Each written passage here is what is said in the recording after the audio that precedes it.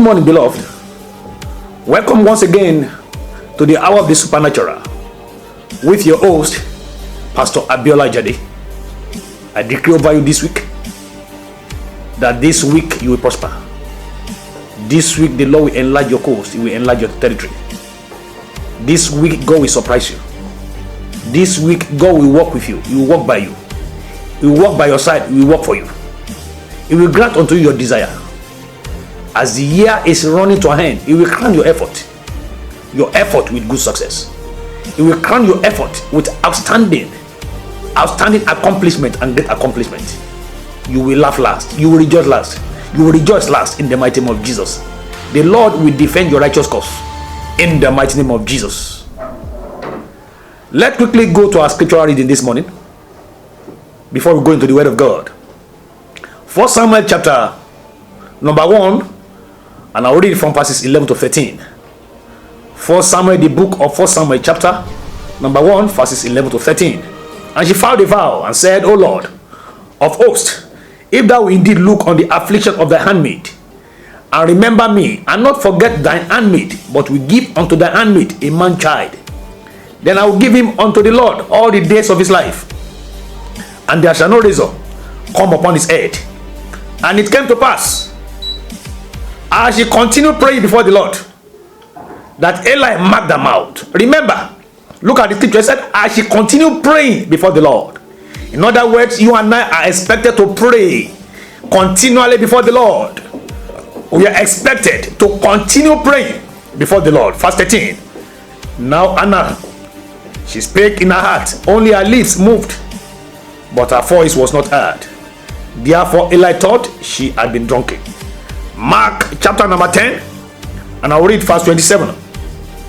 Mark chapter number 10, verse 27. And Jesus, looking upon them, said, with men it is impossible, but not with God, for with God all things are possible. Everybody say with me this morning. Say, for with God all things are possible. Say it louder, as if you believe what I'm saying. Say, for with God all things are possible. I've been able to give us 2 points under the same subject matter. Prayer changes things. Prayer changes things. I gave us 2 points under this, but I'll go to the third point straight away this morning. The third point is that prayer is accepting that you need God and that you cannot help yourself. Prayer simply means that prayer is accepting that you need God and that you cannot help yourself. Can you help yourself? Definitely you cannot help yourself. So when you are praying, what you are saying is that, oh Lord, I need your help. The word of God tells us in the book of Psalm 121 verse 1. It says, I will look up unto the hills, from whence cometh my help.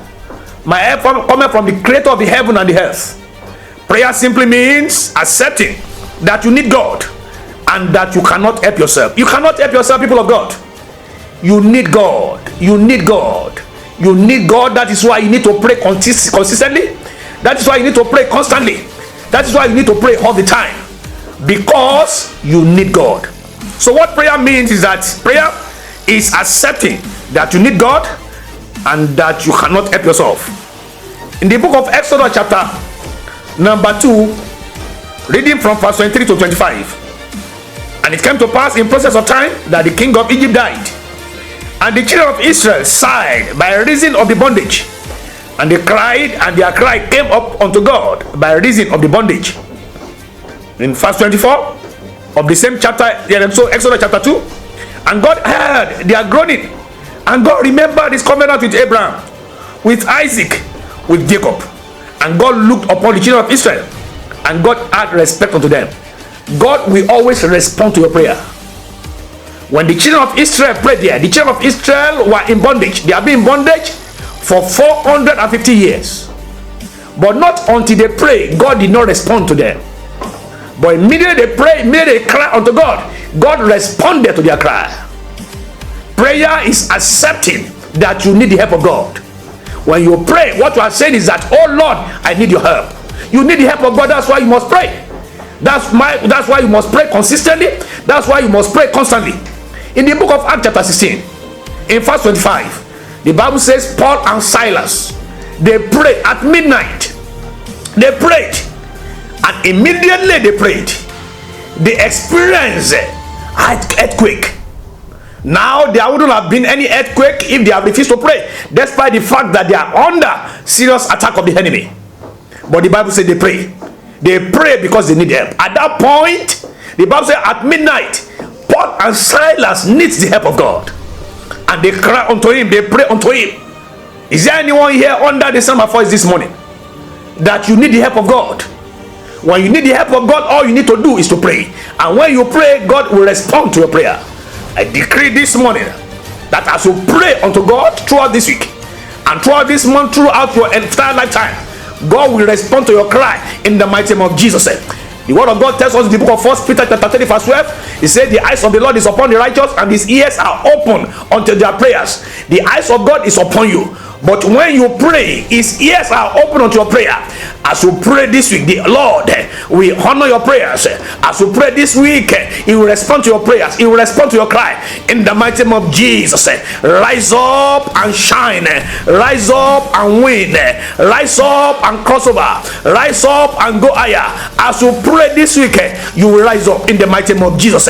May the Lord bless you, bless the work of your hands, bless your going out, bless your coming in. Till I come across your way again next week, remain blessed in the mighty name of Jesus.